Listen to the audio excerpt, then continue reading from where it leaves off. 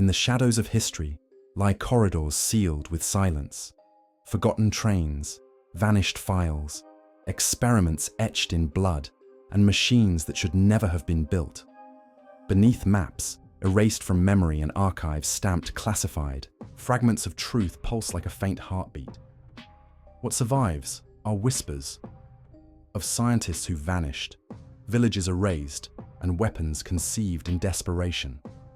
To step inside these stories is to disturb graves of secrecy where the past has not died but waits. In April 1945, as the Reich disintegrated and Allied forces advanced from all sides, German command shifted from defending territory to preserving secrets.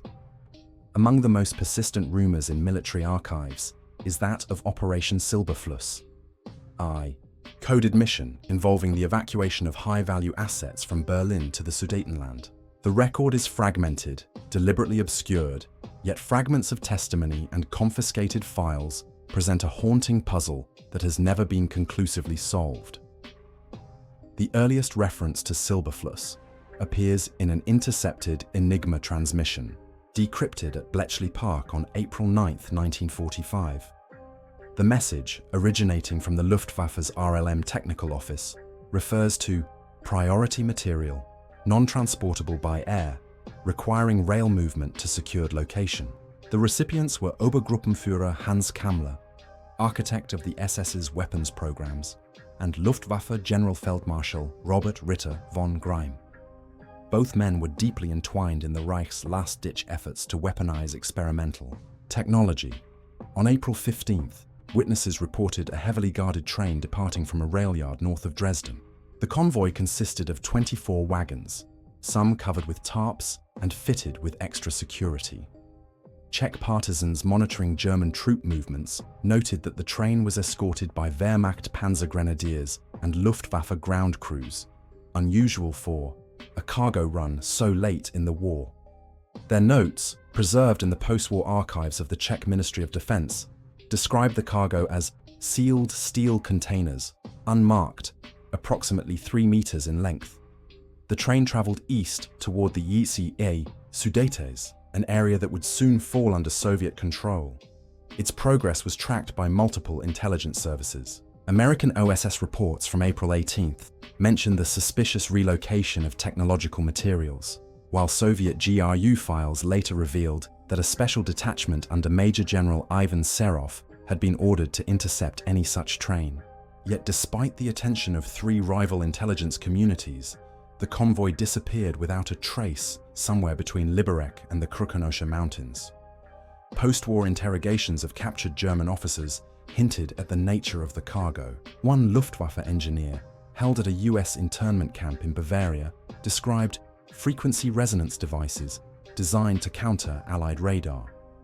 He claimed that Kammler personally supervised the project, codenamed Sondergerät 30 Elwens.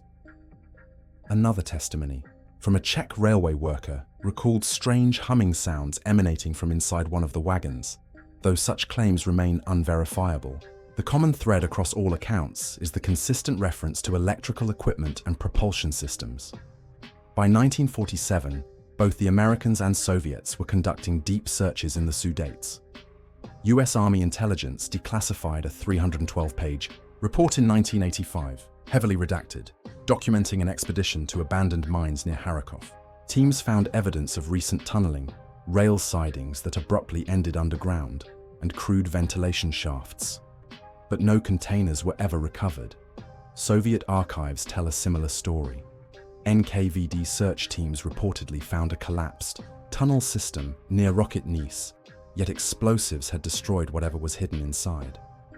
One of the more disturbing aspects of the Silberfluss file is the erasure of entire villages along the suspected route. In the early 1950s, cartographers noted that certain hamlets documented in pre-war maps no longer appeared in Czech or East German records.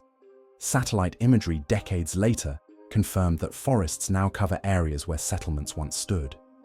Oral histories collected from displaced residents mention forced evacuations by Soviet troops in the summer of 1946. followed by total clearance of the land. Whether these measures were intended to conceal a search or bury a discovery remains unclear. Declassified CIA memoranda from the 1960s suggest American analysts believed the train carried prototypes for an early high-frequency propulsion experiment, possibly linked to research at the Ohrdruf test site in Thuringia. That site, under Kammler's control, was associated with particle accelerators and plasma-based weapon experiments, but without physical evidence, these assessments remain speculative. What is certain is that neither the Americans nor the Soviets ever publicly displayed any captured device connected to Silberfluss, suggesting either failure or success too sensitive to disclose. In 1992, after the fall of the Soviet Union, a cache of Czech security police files was opened to researchers. Among them was a 1953 memorandum to Moscow reporting unexplained fatalities among Soviet geologists exploring tunnels near Pekpod Snezhko. The report described corpses found with extensive burns, not caused by conventional explosives. Local folklore preserves whispers of the glowing train and military convoys that never returned. But the files stop abruptly. The investigation closed without explanation. The human dimension of Silberfluss cannot be overlooked. Families of missing German engineers have long suspected their relatives vanished with the train. Allied interrogators recorded the absence of several high-ranking technical specialists after the fall of Berlin. Men expected to be captured, who instead disappeared without trace. Kammler himself, whose name is repeatedly tied to the mission, is said to have committed suicide in Prague in May 1945, though multiple contradictory accounts exist. Some historians argue his disappearance coincided too neatly with Silberfluss to be coincidence. To this day, Operation Silberfluss occupies a liminal space between fact and rumor. Enough evidence exists to establish that a train, guarded and unusual, left Dresden in April 1945 and vanished in the Sudetes. Enough testimony survives to suggest it carried experimental technology, not gold or art. Yet the deliberate destruction of villages, the absence of recovered cargo, and the silence across both American and Soviet archives point to a larger, concealed narrative. Whether that narrative ended with a failed evacuation or the birth of classified post-war weapons programs remains unresolved. Historians combing through archives still debate whether Silberfluss represented desperation or foresight. Was it an attempt to deny Allied intelligence access to unfinished technology, or the deliberate handover of weapons research to whichever power seized it first? In the shadows of the Sudetes, buried under collapsed tunnels and rewritten maps, the answer lies dormant. The files remain fragmentary, the witnesses long dead. All that survives is the name, Operation Silberfluss, a name that has haunted classified corridors for decades, whispering of a train that left Dresden and never arrived. In the winter of 1952, NATO's secret archives began receiving irregular reports from naval reconnaissance patrols in the Baltic Sea. The sightings concerned an unusual operation carried out by unmarked vessels off the coast of Bornholm, Denmark. At first dismissed as routine Soviet salvage activity, subsequent intercepts suggested something far more significant: a recovery mission aimed at retrieving a downed German long-range aircraft, believed to be the elusive Junkers Ju 390. For decades, the Ju 390 had existed in rumor, a massive six-engine transport prototype with intercontinental range, possibly intended to strike the American mainland. But these reports hinted that the aircraft was carrying something more than fuel and maps. It carried technology the Soviets were desperate to secure. The earliest reliable account originates from a Danish lighthouse keeper, Anders Jensen, who logged strange lights and vessels without flags, working offshore on March 17, 1952. His notes, preserved in the Danish National Archives, describe two trawler-like ships equipped with cranes, operating at night under blackout conditions. Around the same time, a US Air Force RB-29 reconnaissance flight out of Rhine-Main Air Base reported unusual salvage formations approximately 20 nautical miles east of Bornholm. The pilots noted glowing floodlights piercing the fog and several vessels circling a central point, behavior consistent with a recovery effort. NATO command in Paris was immediately alerted. Internal memoranda labeled Eyes Only, Supreme Headquarters, Allied Powers Europe, shape, reveal that analysts suspected the Soviets were attempting to recover German wartime wreckage. A decrypted Soviet naval transmission from Kaliningrad ordered special detachment units to secure cargo of highest priority. Western analysts concluded the operation was supervised by Admiral Yuri Panteleiev, then head of the Soviet Baltic Fleet. The codename Object V-12 appeared repeatedly in these transmissions, though its meaning was never clarified. The theory of a downed Ju-390 surfaced after British intelligence cross-referenced wartime Luftwaffe records. An unaccounted-for prototype, believed to have disappeared in early 1945, had been sighted departing Norway on a test flight toward the Baltic. Though officially listed as destroyed, no wreckage had ever been confirmed. Now it seemed the Soviets had located it. By early April 1952, American and British divers were dispatched to investigate. Declassified US Navy reports detail dives conducted near Kristiansund, where local fishermen claimed the Soviets had been working. Divers discovered freshly disturbed seabeds, traces of cut steel, and discarded cables. Yet the wreck itself was gone.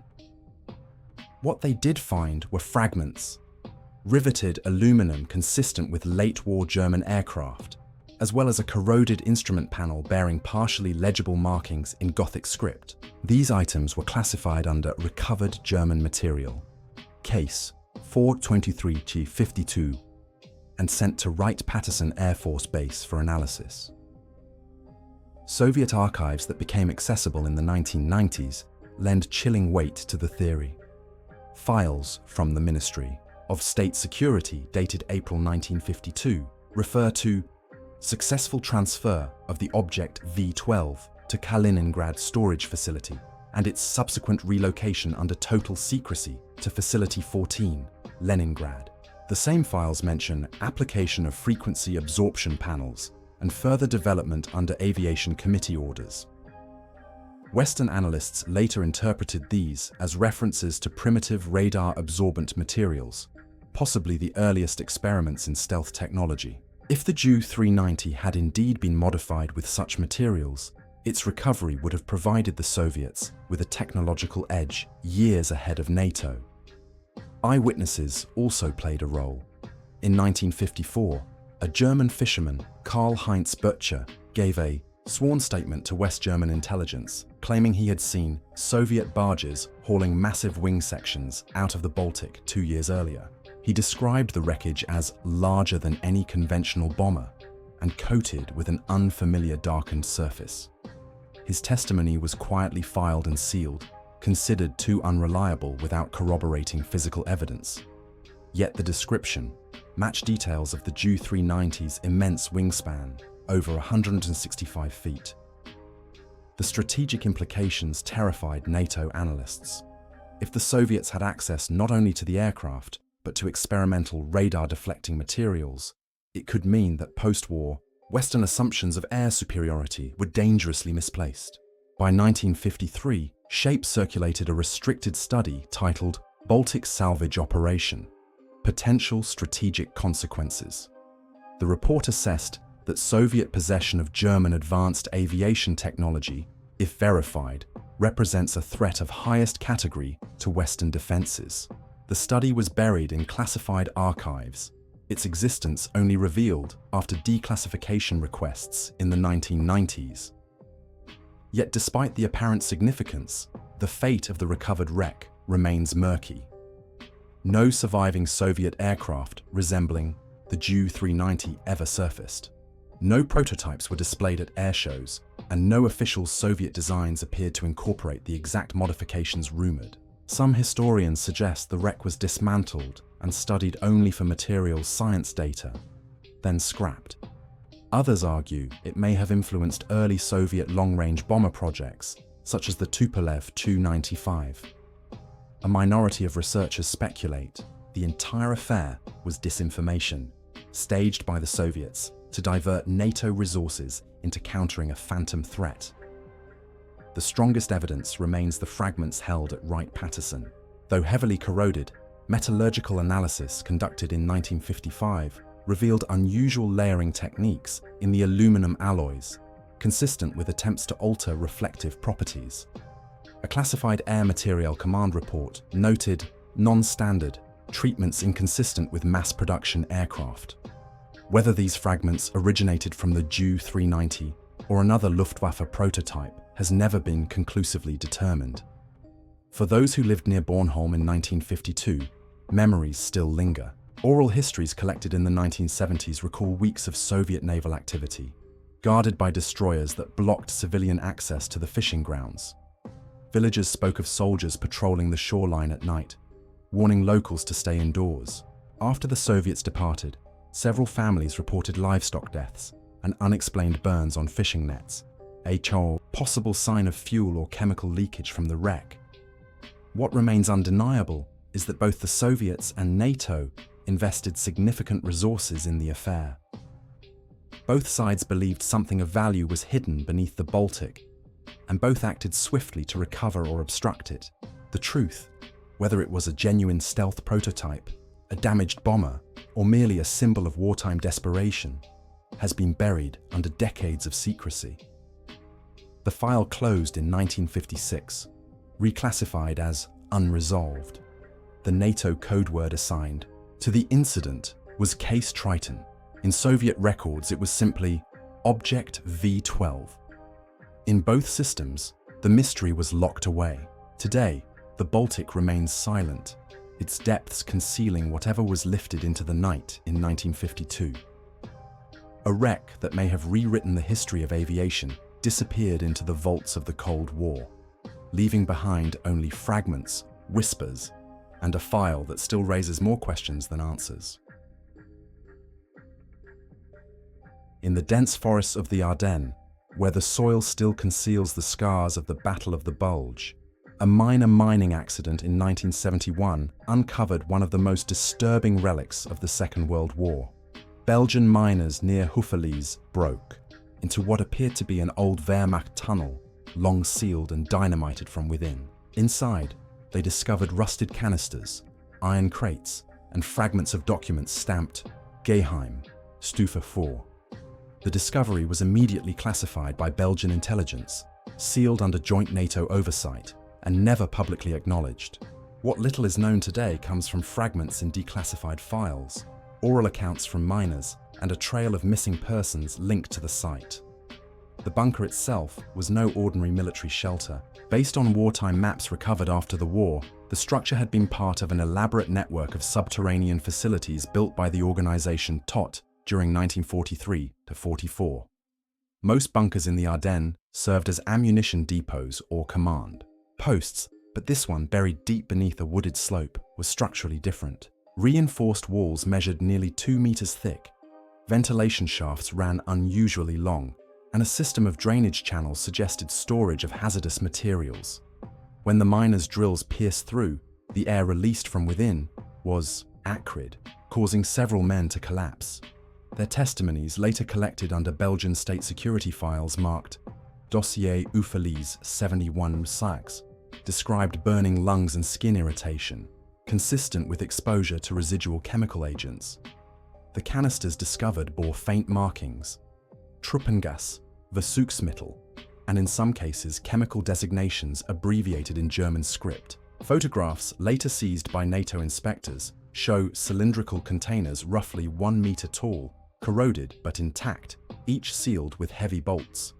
According to internal NATO memoranda from 1972, these canisters were identified as nerve agent precursors, likely tabun or sarin, substances the Reich had produced in quantity by 1944.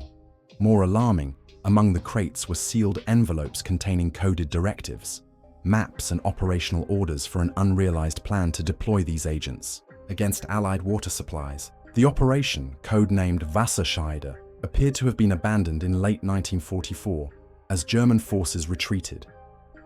French intelligence officers who reviewed the documents noted chilling specificity. One order, attributed to an SS Obersturmbannführer, assigned to the 6th Panzer Army, outlined sabotage teams tasked with contaminating reservoirs along the Meuse River during the Ardennes offensive. Targets included municipal water facilities in Liège, Namur, and even as far as Charleville. The operation, according to the directive, was to be executed only under direct authorization from Berlin, yet no record exists of such authorization being given, suggesting the plan never moved beyond preparation. The documents were later classified at the highest level, labeled Potential Category 4, War Crime Evidence, Do Not Disseminate. In 1971, after the miners' discovery, the Belgian military cordoned off the site under the pretense of geological instability. Residents of nearby villages recall convoys of unmarked trucks arriving at night, guarded by both Belgian and foreign personnel. Witnesses reported crates being removed under heavy security. Within weeks, the shaft was resealed with concrete, the area declared permanently off-limits. Several miners who had originally entered the chamber fell ill over the following months, some with neurological symptoms consistent with low-level nerve agent exposure. At least 2 died under unexplained circumstances, their families later pressured into silence. Curiously, traces of the Hohenlychen find appear in American intelligence records. A declassified CIA briefing from 1975 mentions the recovery of German Category X materials in the Ardennes, 1971, noting their potential use in ongoing chemical warfare research. The briefing concluded that the Hohenlychen site confirmed the existence of structured plans for tactical nerve agent deployment against civilian populations. Analysts describe this as one of the most damning revelations about German war planning, an indication that Nazi high command was prepared to authorize mass civilian poisoning had the military situation been more desperate. Yet the same briefing emphasized the necessity of suppressing public knowledge, citing potential diplomatic fallout and psychological destabilization in affected regions. What became of the canisters remains uncertain. Belgian sources claim they were destroyed under NATO supervision, yet French intelligence files suggest at least some were transferred to a facility in Dugway, Utah, as part of transatlantic research agreements. In Soviet records, opened briefly in the 1990s, GRU officers discussed Western exploitation of chemical materials found in Belgium, accusing NATO of hypocrisy for hiding evidence of war crimes while recycling the data for modern weapons programs. Whether these accusations are propaganda or fact remains unresolved. The bunker itself holds further mysteries. Local oral histories describe German engineers dynamiting sections of the tunnels in late 1944. Just as Allied forces advanced, eyewitnesses reported explosions shaking the ground for days, followed by the arrival of SS units who forbade civilians from entering the woods. After the war, Allied search teams catalogued several known ammunition depots, but the Hohenlychen site was absent from official listings. This omission has led some researchers to argue that Allied intelligence was aware of Wasserscheide and deliberately buried the information to prevent public panic. The miners' rediscovery in 1971 reopened questions that the post-war world had preferred to forget. Why had the plan been abandoned? Was it due to logistical collapse, moral hesitation, or the fear of retaliation? And most disturbingly, how close did Europe come to mass chemical poisoning in the final winter of the war? The documents recovered provide no definitive answers, but the precision of the maps and the scale of stored materials suggest the operation was more than a theoretical exercise. After 1971, the Hohenlychen shaft was sealed permanently. Today, a dense forest covers the area, with no markers or plaques. The local population speaks of the Forbidden Hill, where strange illnesses struck those who trespassed. In 1998, Belgian journalists attempted to reopen the investigation, but their access to state archives was denied under national security grounds. NATO officials continue to insist that all hazardous material was neutralized, yet persistent rumors claim that surviving canisters were quietly transferred to research facilities where their chemical signatures could be analyzed and catalogued. For decades, Hohenlychen has existed in whispers, a dark chapter erased from textbooks and denied in public. Yet in fragments of declassified files, in fading testimonies of miners and villagers, the outline of Wasserscheide emerges, a weapon not used, but prepared with chilling intent. In those sealed tunnels, the Reich had built an arsenal designed, not for soldiers on the battlefield, but for civilians drinking from rivers and wells. The fact that it remained undiscovered until 1971 underscores how many secrets of the war still lie buried beneath European soil, waiting to be uncovered, waiting to remind the living of how close the past came to unleashing horrors beyond imagination. In 1947, 2 years after Germany's surrender, a small American engineering detachment was dispatched to Hohenlychen, a secluded medical complex north of Berlin. Once the private domain of Heinrich Himmler, the facility had served as a center for SS medical experiments under the direction of Dr. Karl Gebhardt. Officially, the American mission was routine, cataloging equipment, securing records, and repurposing the hospital for civilian use. Unofficially, however, Hohenlychen contained something far more disturbing. Vaults of human experimentation data, film reels, and surgical notes that would vanish into the secrecy of Project Paperclip. The first American report, dated March 12, 1947, describes the discovery of basement archives containing approximately 85 steel file cabinets, film canisters, and sealed chests. According to the declassified summary, these contained exhaustive records of hypothermia experiments conducted on concentration camp prisoners, specifically Luftwaffe survival tests, ordered to simulate the conditions of downed pilots in the icy waters of the North Sea. One inventory list refers to Kältekammerprotokolle, or freezing chamber protocols, detailing the gradual lowering of body temperatures and the recorded times until loss of consciousness or death. Some files bore the heading Luftwaffe Sanitätsinspektion, Geheim, indicating direct involvement of the Air Force Medical Command. Witnesses present at the Hohenlychen recovery later gave testimonies that diverged sharply from the sanitized reports released to the public. One Army engineer, in an oral history preserved at the US National Archives, recalled metal tanks with coils, large enough for human bodies, fitted with thermometers and drainage valves. Film reels viewed briefly before confiscation, allegedly, showed prisoners submerged in icy water, monitored by white-coated doctors, some wearing Luftwaffe insignia. The engineer claimed that within hours of discovery, these materials were loaded into unmarked trucks and escorted to Frankfurt before being flown to the United States. By late 1947, references to Hohenlychen appeared in Project Paperclip correspondence. A memorandum between the US Army Air Forces and the newly formed US Air Force stressed the potential application of thermoregulatory data in aerospace survival systems. Though phrased clinically, the implication was clear. Information derived from coerced human suffering would be used to improve survival equipment for American pilots and astronauts. This was never acknowledged publicly. Instead, official accounts emphasized that US aerospace programs relied only on legitimate medical research, a claim increasingly contradicted by archival evidence. The most troubling document linked to Hohenlychen is a missing logbook, mentioned in several 1947 inventory lists, but absent from subsequent records. The book was described as containing summarized field applications of freezing research. Notes suggest that Gebhardt and his staff had begun testing hypothermia recovery techniques, not only in chambers, but in actual field conditions, possibly on Luftwaffe volunteers or prisoners forced into open-air exposure scenarios. The logbook was never entered into US custody reports. By 1963, fragments of its contents surfaced in a CIA analyst's leak to a Senate subcommittee on medical ethics. The analyst alleged that the data had been repurposed during the early stages of high-altitude and space survival experiments at Wright-Patterson Air Force Base. His testimony was dismissed as speculative, and the logbook itself disappeared into silence.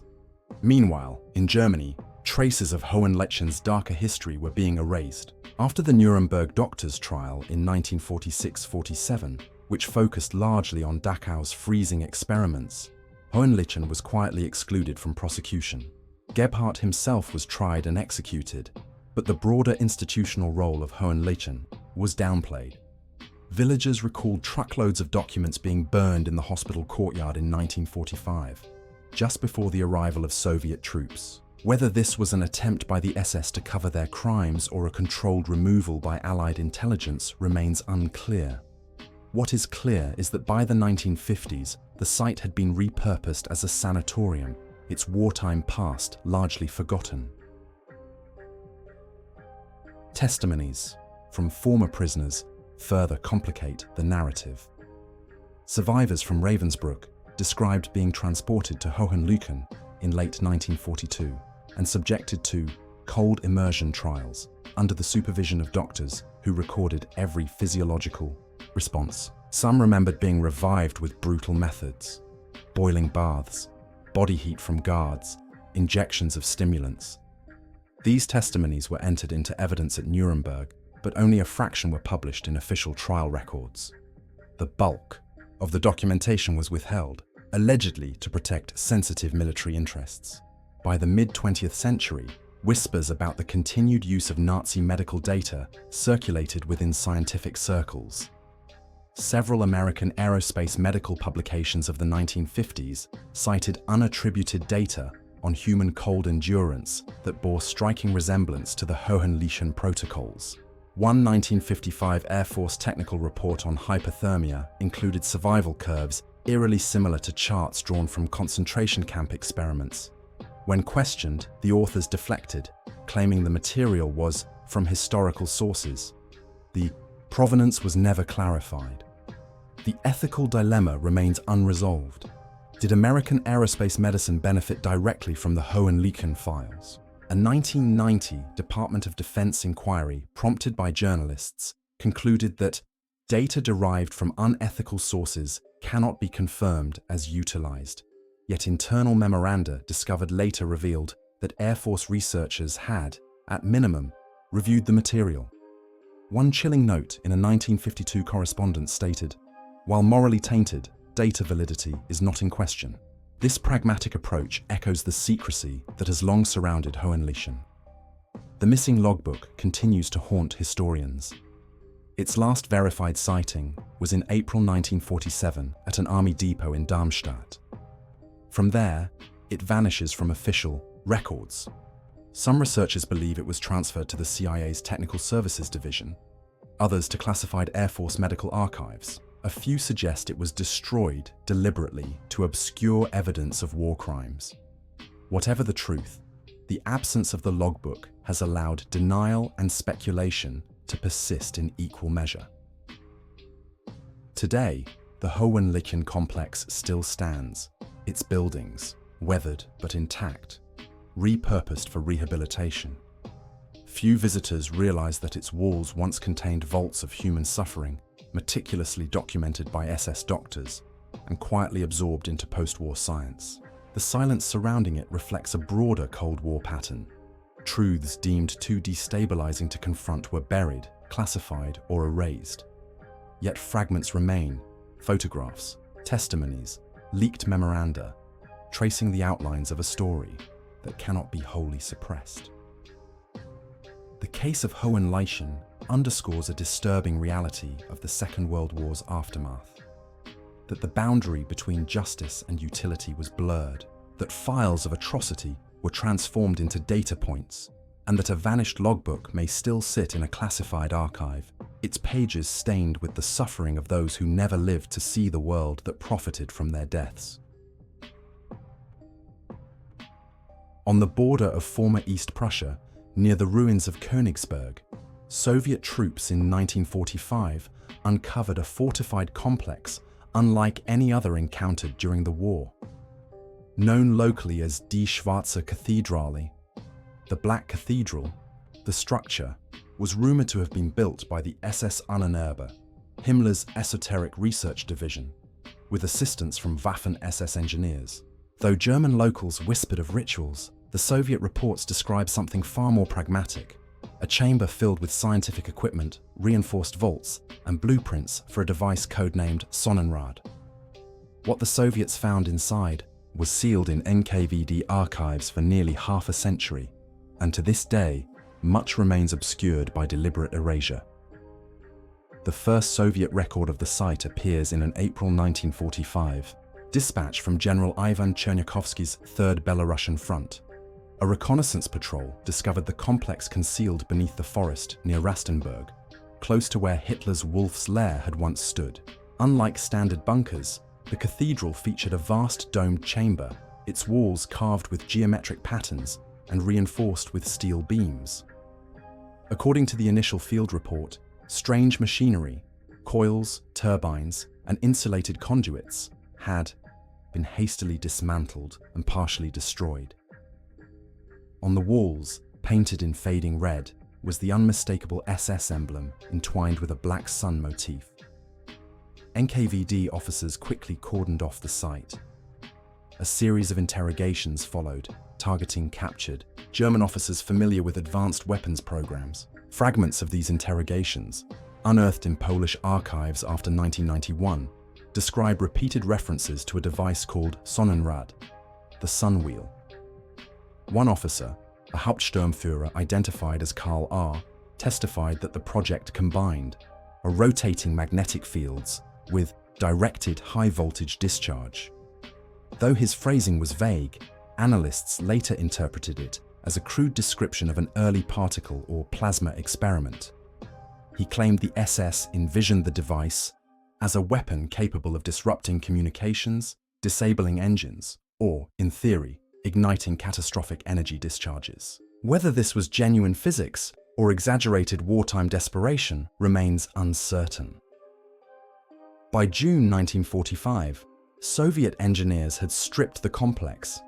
Documents translated from captured files were marked Osobo Ważno, top priority. A technical summary, prepared for Lavrenti Beria, described theoretical models for energy amplification through geometric resonance structures. The report concluded that the material warranted immediate transfer to Institute No. 21, Moscow. Within months, the site was dynamited, leaving only ruins concealed by forest. Locals were warned never to enter, and entire hamlets were resettled under military supervision. The erasure was so thorough that post-war maps omitted the coordinates entirely. Yet traces of the story lingered in whispers. Soviet veterans recalled guards posted around sealed crates, marked only with the symbol of the Sonnenrad.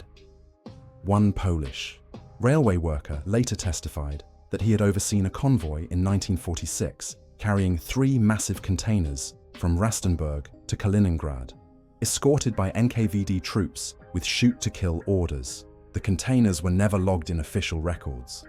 According to his testimony, several workers who assisted in the loading later disappeared, presumed executed for security breaches.